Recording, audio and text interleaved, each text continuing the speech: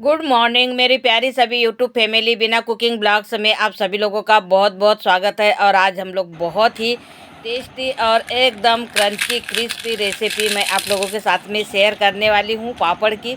लेकिन जब आप देखेंगे इस रेसिपी को तो बिल्कुल विश्वास नहीं कर पाएंगे कि इस चीज़ के इतने अच्छे पापड़ बनकर तैयार हो सकते हैं। तो चलिए देखते हैं आज की रेसिपी। तो यहाँ पर हमने लिए है मटर, और ताज़े हरे मटर के आज बनाना है हमें पापड़। और बहुत ही सिंपल और आसान तरीका बताऊंगी, वीडियो को लास्ट तक ज़रूर देखिए। तो चलिए, यहाँ पर लिए है हमने एक कटोरी मटर। मटर का नाप हम लोग कोई भी ले सकते हैं, लेकिन मैंने यहाँ एक कटोरी मटर लिए है।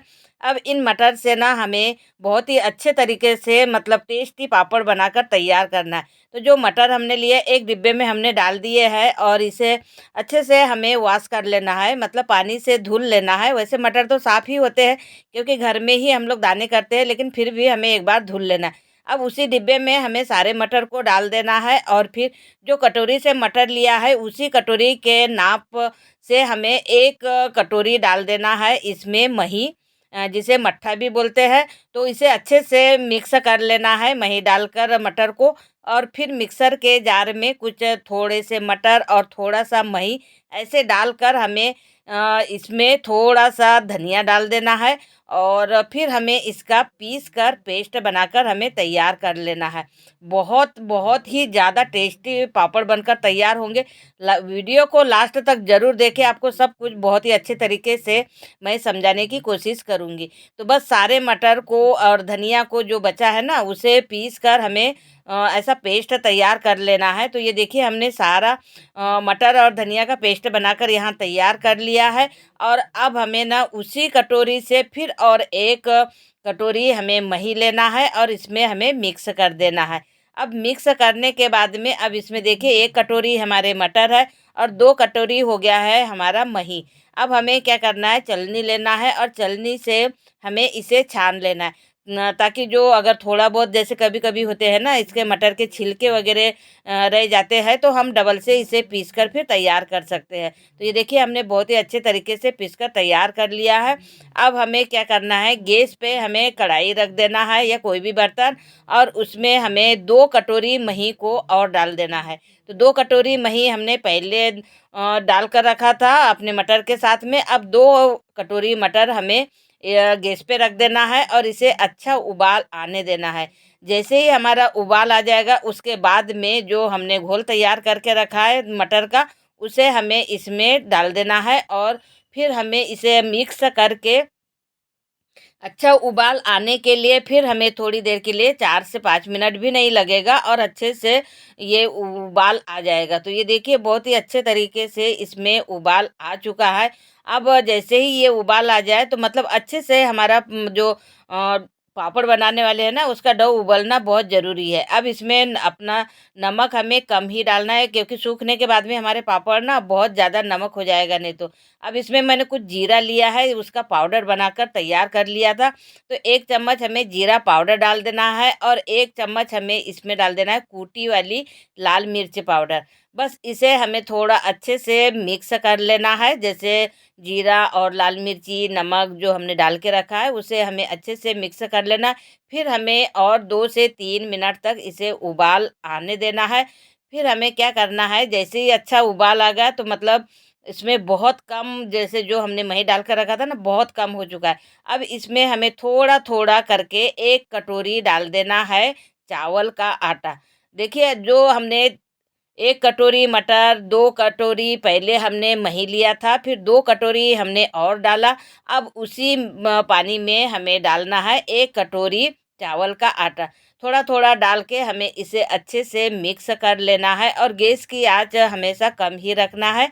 तो बस इस तरीके से हमें मिक्स करना है। और कोशिश करिए कि इसकी गुठली ना बने, इसलिए अच्छे से हमें मिक्स करना है पकड़ के। और उसके बाद में इसे हमें 3 से 4 मिनट तक ढककर हमें छोड़ देना है। ऐसे ही कम आँच पे ही छोड़ देना है। उसके बाद में हमें फिर और थोड़ा-सा मिक्स कर लेना है, क्योंकि कहीं आगे पीछे से मतलब नीचे ऊपर से कहीं जल तो नहीं रहा है, इसलिए हमें थोड़ा-सा और एक बार मिक्स कर देना है और बहुत ही अच्छे से बनकर हमारे पापड़ तैयार होने वाले हैं। फर्स्ट में तो आपने देख ही लिया है कि किस प्रकार से हमारे पापड़ बन के तैयार हुए हैं और मिक्स करके फिर अब हमें इसे ठंडा होने देना है। बस 5-10 मिनट हमें ऐसे ही ठंडा होने देना है, नीचे उतार लेना है और नीचे उतारने के बाद में देखिए ये बहुत ही अच्छे तरीके से गाढ़ा हो चुका है और अब हमारा ये पापड़ बनने के लिए तैयार डो हो चुका है।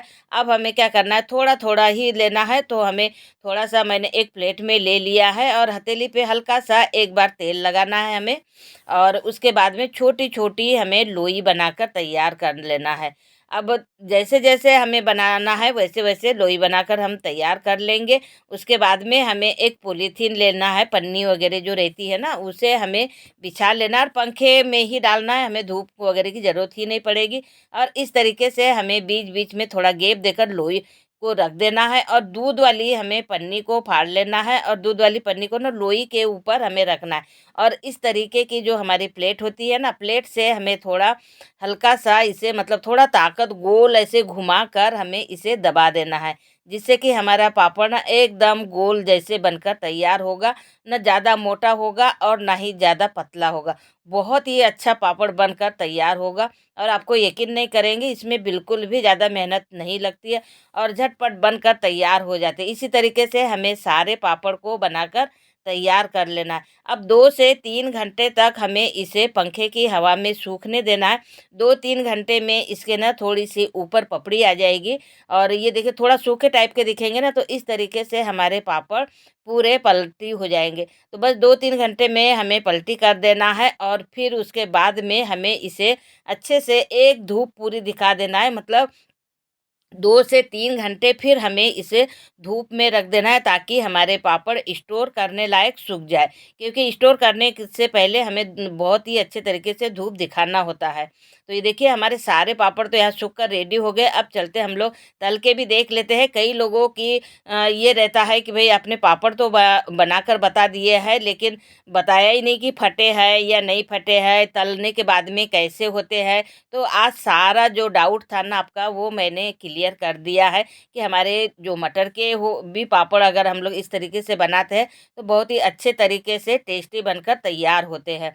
तो आज के तो बहुत ही सिंपल रेसिपी मैंने आप लोगों के साथ में की है, ताज़े हरे मटर के, और अभी वाकई में मटर ना बहुत ज़्यादा सस्ते मिल रहे हैं।